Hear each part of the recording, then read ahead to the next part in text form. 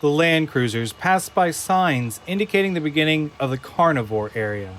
Although an attempt has been made to camouflage the 20-foot moats with foliage, they can still be seen in some places. You will notice that additional precautions have been taken to ensure your safety in the carnivore sections of the park. Large moats separate these ferocious dinosaurs away from the electric fences lining the entire road. The vehicles drive along a ridge above a fast-moving river. To your left, you'll see our Mesozoic jungle river, where you may catch a glimpse of a very dangerous carnivore. Keep your eyes peeled, everyone. And there it is, Dilophosaurus. 2 Dilophosaurs crouch by the river, drinking, their 10-foot bodies spotted like leopards and hooting like owls. Dilophosaurus is one of the earliest carnivorous dinosaurs. Scientists thought their jaw muscles were too weak to kill, but now we know they are poisonous. Tim grins. Hey, all right. Are they really poison, Mr. Regis? Well, yes, Lex. A poisonous dinosaur. Grant's amazement belies his concern. Regis attempts to assuage his fears. We keep well away from them on the tour. Along with such living reptiles as Gila monsters and rattlesnakes, Dilophosaurus secretes a toxin and glands in its mouth. These amazing animals spit and blind their prey with venom. Unconsciousness follows within minutes. The dinosaur then finishes the victim off at its leisure, making Dilophosaurus a beautiful but deadly addition to Jurassic Park. Lex has gone pale with worry. Inside the control room, Hammond's expression mirrors Lex's. Change that recording about poison. It's too frightening for kids. This is a wonderful prehistoric world. I don't want them to be scared. Well, dinosaurs are a little scary in reality. I don't care about reality. We make the reality. I didn't spend $4 billion in 10 years to make a park that scares little kids. Change the message. Dennis Nedry sits at his terminal in the corner, working. Hammond now turns his attention to Nedry. How's the computer coming, Dennis? It's coming. This computer has been nothing but a headache from the beginning. Well, maybe if you paid me my fees when they were due. Well, maybe, if you had done it right in the first place, Dennis. I did it right. You kept changing the specs. We had to change the specs, Dennis. The computer was malfunctioning. Okay, let's not start this again. It's a large system, and there are bound to be glitches. Arnold attempts to distract Hammond. You can see your kids are by the Tyrannosaurus area now. As the tropical sunlight fades, the land cruisers enter a new landscape of forests, fields, and marshland. The vehicles don't stop. We'll stop to see Tyrannosaurus on our way back, but we are passing her habitat now and you might catch a glimpse of her to your left. Everyone stares intently out to the left. There's a bit of luck involved since Tyrannosaurus conceals herself during the day. It's because she has sensitive skin and sunburns easily. Keep looking. Below they see an unearthly landscape, as if transported back millions of years. There are wisps of faint fog on the ground. But no Rex. Well, don't worry. We'll have another chance on our way back. Right now, we go on to a fascinating animal, the Triceratops. Malcolm speaks through the intercom. What's that ship? Through a gap in the foliage, they see a distant ship at a loading dock with a few lights. That's our supply ship. Comes about every 2 weeks, bringing food for the animals. They eat so much we can't possibly grow it on the island. The sky is growing darker, lower, and menacing. Thunder growls through the air. Looks like rain. Hope we can finish the tour before it starts coming down. Inside the control room, one monitor shows the land cruisers on the tour. Another shows the supply boat. The radio phone begins to whine. Nedry works at his desk, unbothered. John, this is the NB at the loading dock. Do you read me? Over. Reading you, Anby. Go ahead, Freddy. John, looks like there's a storm coming. We've got falling barometric BPF and satellite forecasts plus hurricane force winds by midnight. I'd like to head back to the mainland earlier than scheduled. Nedry's head snaps around. He stares, stunned. That sounds prudent, Freddy. You get all the people who are going to the mainland for the weekend down here. I really think we should leave the island in the next hour. Nedry mouths Freddy's words. The next hour? He is inexplicably upset. Everyone else is matter of fact. Safety is paramount.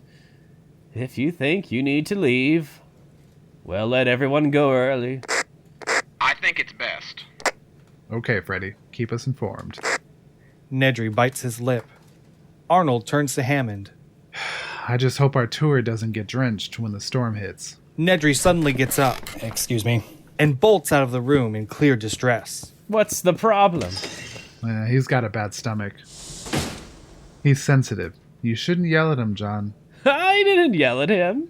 You yelled at him. Well, just a little. In the hallway outside the control room, Nedry looks around quickly.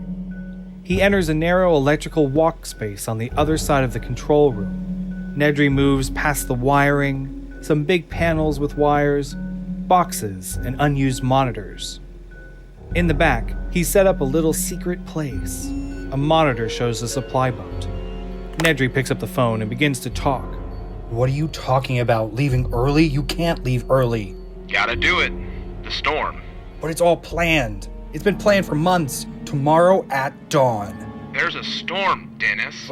What do you want from me? But- You got something to get on this ship? You better have it here in the next hour. But I can't. We're in the middle of a tour. Not my problem, Dennis.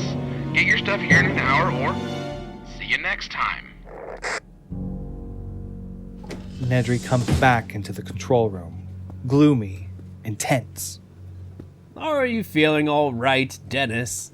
Hammond asks solicitously. Yeah. Nedry is too preoccupied to notice. He goes to his terminal and sits. I want to apologize for what I said before, Dennis. I was not thinking. Oh, okay. Yeah, thank you. Is everything all right? Yeah, fine. Where are they on the tour now? They've just reached the Triceratops paddock. The land cruisers stop before a Triceratops, which stands quietly. It has a huge, bulky body, like a rhinoceros. Nearby is the park ranger, Muldoon. The group approaches the animal head-on. Wow, a real Triceratops. Why isn't it moving? He's sick. What's he sick with? We're not sure. He's being checked by our park ranger, Mr. Muldoon. The Triceratops' mouth is propped open, and it wheezes as Muldoon scrubs the teeth with a brush like a hockey stick. Muldoon glances back at the approaching guests. The illness. A complete mystery. These guys are very fragile. It sounds strange, but they get severe tooth decay. Then massive infection spreads to the oral cavity, and they die. Ellie shakes her head. Fatal tooth decay? Fossil skeletons don't show decay. I know. But there's apparently been a change in bacteria in the last 100 million years. We've lost 3 animals so far. Grant runs his hand over the rough hide, touching the skin which has numerous abrasions. Tim touches tentatively too. Grant examines the toes and notices that the nails are cracked. How about dietary change? Any strange plant they eat now? Not that I know, but I'd be glad for your help, Dr. Sadler. Any thoughts you have? Easy, girl. Got a little spinach between your teeth. Muldoon plunges his rubber-gloved hand elbow deep into her mouth and comes out with a huge wad of green. Ellie pokes through the green mush, while Lex looks on, horrified. Muldoon next takes a ball of heavy twine, unspooling a little. Now, I'll just floss her. Easy. This is interesting. Amelia Zeterac, China bear leaves. You have any culture swabs? Help yourself. In my bag.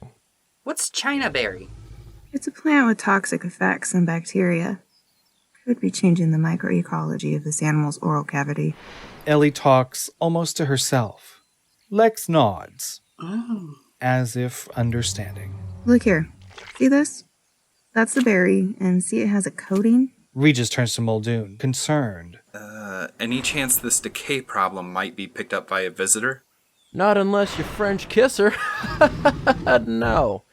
People can't catch it. Oh, girl. Muldoon rolls his eyes. Lex waves her hand in front of her face. Regis checks his watch. Perhaps it's time to resume the park tour. It'll be dark soon. I'd like to stay here for a while. Collect more samples. I have a few more questions about this illness.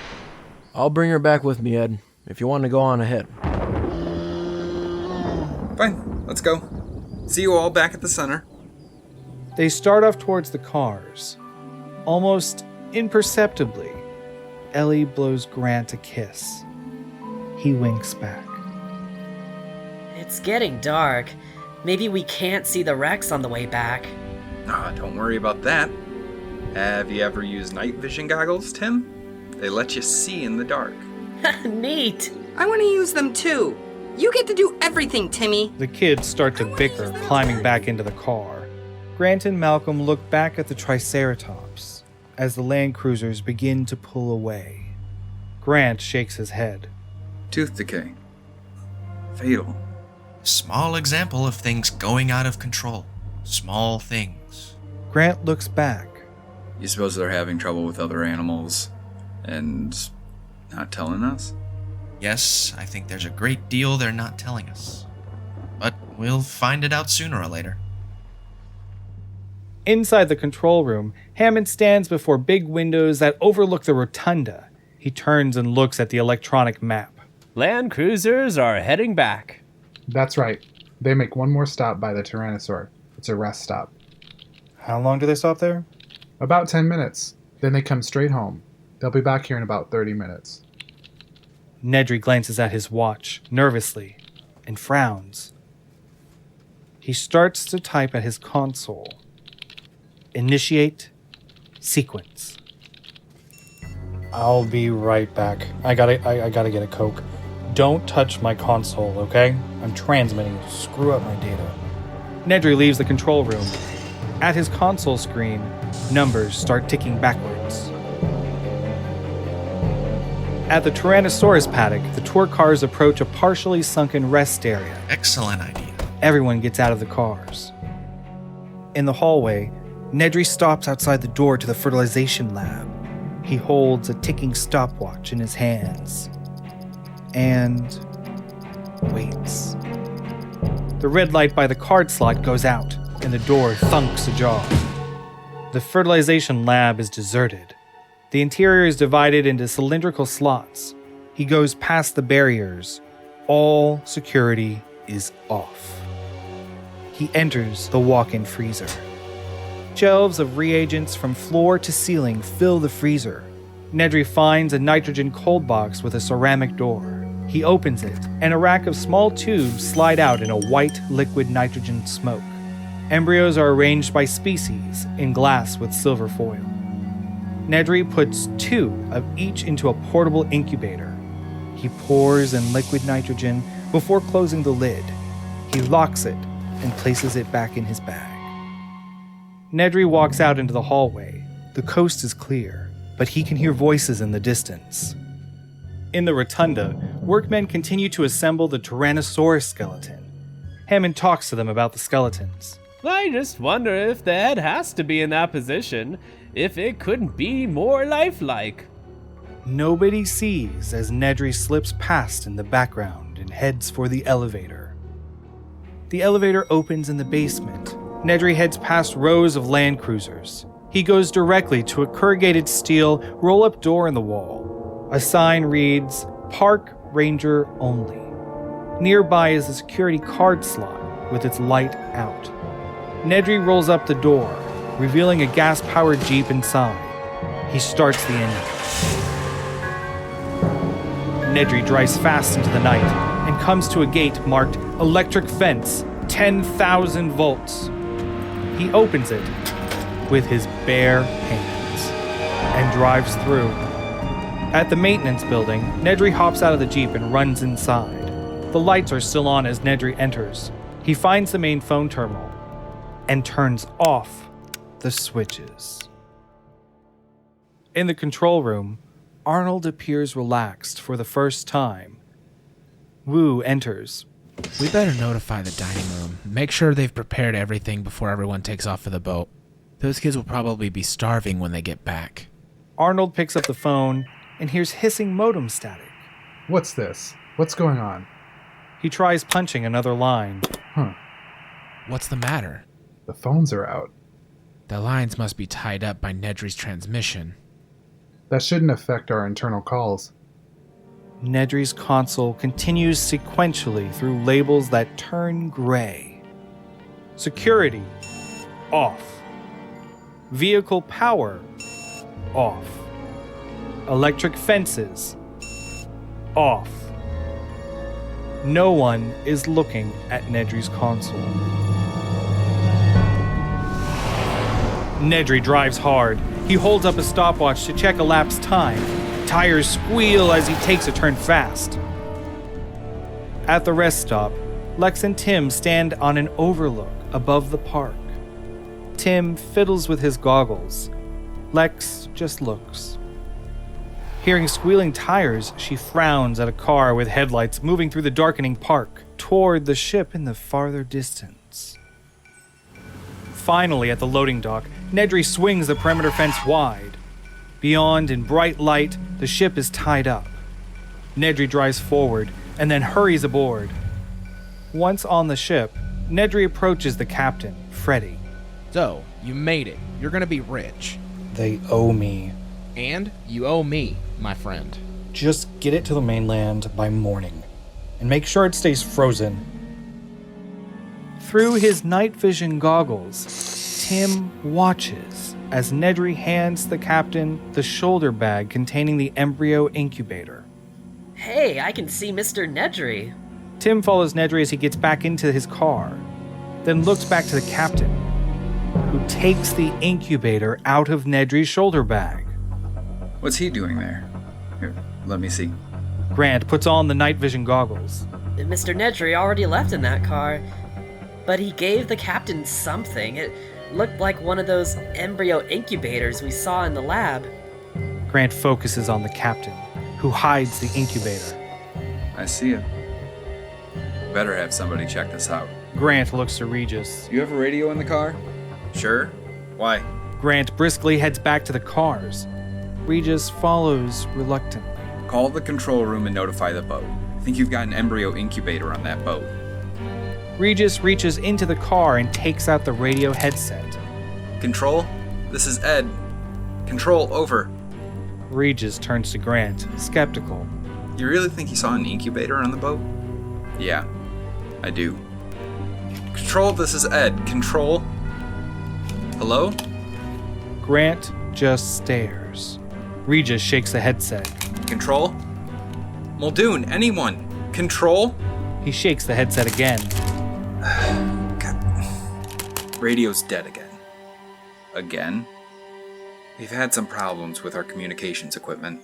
Problems with your communications equipment. Health problems with the animals. You have quite a lot of problems. Let's head back. Come on, everybody, into the cars. How long will it take to get back?